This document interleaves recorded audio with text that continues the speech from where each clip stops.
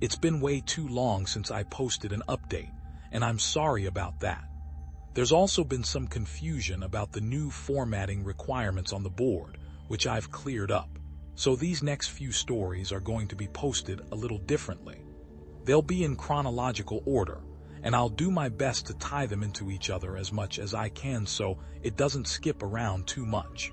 Yeah, it can get a little crazy out there, I guess. I think the worst are the ones where people die when they just shouldn't, or when we find them dead like 10 minutes after someone says they saw them last. They were fine when I passed them on the switchback, I swear. That sort of shit. Like, take this guy who I found one spring out on a really popular trail. Someone comes into the VC freaking about some guy who's lying in the middle of the path in this giant pool of blood. So we run out there and we find this guy dead as a doornail, which he absolutely should be, because the back of his head is like mashed potatoes. The skull is decimated, brains are leaking out like custard filling, and the guy's old, so you figure, yeah, he probably fell and hit his head. Old people fall all the time, it's no big deal. Except that this area where he fell doesn't have any big rocks. There's not even any stumps or big branches. And on top of that, there's no blood trail, so he clearly died where he dropped. Now that's when you turn to murder, but there were people just out of line of sight with the guy. If someone came up behind him and murdered him, there's no way someone wouldn't have heard. And again, even if someone had, there'd be a blood trail, spatter all over the place.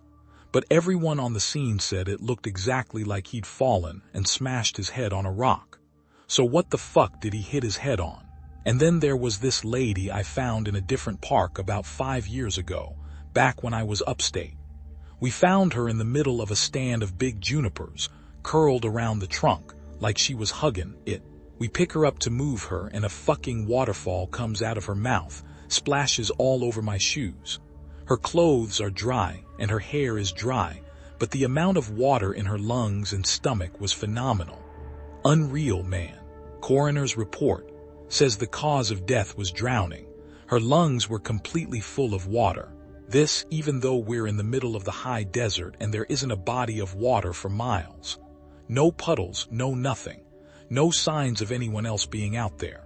I mean, yeah, it's possible they were murdered. But why go out of the way to do it like that? Why not just stab and be done with it? I dunno, it just sits weird with me. Now, of course, that freaked me out a little. But we were wasted, and I guess I sort of wrote it off as a fluke. I also assumed there was exaggeration there since, we were wasted. Now, I don't like talking about this next case very much.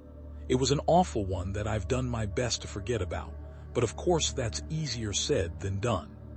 This happened about 6 months after the conversation with my friend at the bar, and up until that point I hadn't had a lot of really weird shit go down. A few things here and there, and of course the stairs, but it's amazingly easy to get used to stuff like that when it's treated as if it's normal. This case was a little different. A guy with Down syndrome in his 20s went missing after his family lost sight of him on a major path. That was odd in and of itself, because this guy never left his mom's side.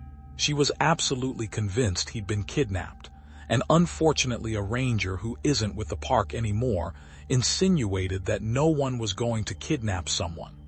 Well, with that kind of disability, not very tactful, to say the least. We wasted a lot of time trying to calm her down enough to get information about him, and then we put out an official missing persons call. Because of the urgency of the situation, him being mostly unable to function alone, we had local police come in and help us. We didn't find him the first night, which was heartbreaking. None of us wanted to think of him being alone out there. We assumed he just kept wandering and was staying ahead of us. We brought out helis the next day, and they spotted him in a little canyon. I helped bring him back up, but he was in bad shape, and I think we all knew he wasn't gonna make it. He'd fallen and broken his spine and couldn't feel his lower half. He'd also broken both his legs, one at the femur, and he'd lost a lot of blood. He was confused and scared while he was alone, so he'd probably exacerbated the injuries by dragging himself a little ways. I know it sounds awful, but while I was riding in the copter with him, I asked him why he'd wandered off. I just wanted something to tell his mother, to let her know it wasn't her fault, because he was fading fast and I didn't think she'd get to ask him herself. He was crying and he said something about how the little sad boy had wanted him to come play.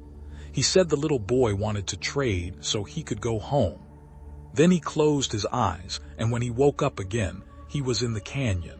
I'm not sure that's exactly what he said, but it was what I thought the gist of it was. He kept crying, asking where his mommy was, and I held his hand and tried my best to keep him calm. It was cold out there. He kept saying that. It was cold out there. My legs was frozen. It was cold out there. It's cold in me. He was getting even weaker, so he eventually stopped talking and he closed his eyes for a while. Then when we were about 5 minutes from the hospital, he looked right at me with these big tears running down his face, and he said, "Mama won't see me no more. Love Mama, wish she was here." And he closed his eyes and he just never woke up. It was horrible, and I don't like talking about it. That case was one of the first ones that really rattled me badly. Because of how badly it affected me, I reached out to a senior ranger, and who ended up helping me through it. As time went on, and we got to know each other better, he ended up sharing one of his own stories with me. It was disturbing, but it helped to know that I wasn't the only one affected by the things going on out there. I think this must have happened before you got here, because I think if it had happened while you were here, you'd have remembered it. I know it didn't end up in the news for some reason, but I think most people who have been here long enough know about it. The park sold off a portion of land to a logging company, and it was a really controversial thing, but it wasn't that large or old of a plot, and it was right after the recession, so we needed cash bad. Anyway, they were felling this plot of land, and we get a call that we need to get our supervisors out right away. I don't know why, but they ended up sending me and a few other guys along with the heads, I guess for power in numbers, to see what was up. We got there, and all these guys are crowded around a tree that they've just cut down. They're all pissed off and freaking out, and the foreman comes over and says he wants to know what we think we're up to. What the hell y'all think this is? Some kinda sick joke? You've got a lot of fucking nerve pulling this shit. We bought this land fair and square. Well, we don't know what the hell he's talking about, so he brings us over to this felled tree and points at it and tells us that when they cut it down, it was just like this, and they'll be damned if they put it there. The inside of the tree was all rotted out and hollow in one spot, and when they'd cut it down, it had exposed that chamber, and inside it is a hand, like a perfectly severed hand, and looks like it's actually fused with the inside of the tree. Well, now we think they're pulling a joke. So we tell them that we don't like being fucked with, and we start to leave. But they tell us they've already called the cops, and that they'll go right to the media if we don't stick around. Well, that gets the heads' attention, so they stick around and talk to the police about it. Everyone is denying that they put the hand in there, and besides, how would anyone have even done it? It's clearly a real hand, but it's not mummified or skeletal. It's brand new, probably not even a day old. And it is definitely fused with the wood. You can see that it's coming right out of it. The loggers, they insist that they didn't put it there. Somehow, this fresh human hand ended up fused to the inside of this living tree. The cops have them cut up that section of tree into a movable chunk. Then they take the hand away, and the area is closed off. There was a pretty big investigation, but I know they didn't get any answers. Now it's become this legend. And as far as I know, we haven't sold any more property for logging. Me and another guy were out on a field search because some campers reported screaming noises at night. So we head out there to look for whatever fucking mountain lion has wandered into the area, and I'm pissed. We've had 3 of them show up in the camping areas that year alone, and I'm getting tired as hell of constantly having to deal with them. Plus, I just don't like them anyway. They're a pain in the ass and they're loud and they scare the shit out of me. Fucking cats. Pieces of shit. I'm groaning about it to the guy I'm with and he thinks it's a real fucking riot. So we're seeing all these broken branches and what look like dens, and we're pretty sure we know where this thing is. I call in and they tell me to confirm if possible, which you know just means they want you to step in a big pile of shit and use that as proof. I'm not seeing any though, so I basically just tell them to shove it, I'm done. We know that damn thing's out here somewhere, even if I'm not stepping in its shit or inside its mouth or whatever. Guy I'm with wanders off to take a piss or whatever, and I stay behind watching this little burrow under a tree to see if maybe a fox or something is living under it. 'Cause I love foxes, man. They're cute as hell. But anyway, I'm watching this tree and I start hearing branches crackling, and it's coming from the direction my partner went opposite of. Now I've got my pistol, but you and I both know that's not gonna do shit against a cat. I cock it and holler for my partner to get his dumb ass back, but he's too far and he can't hear me.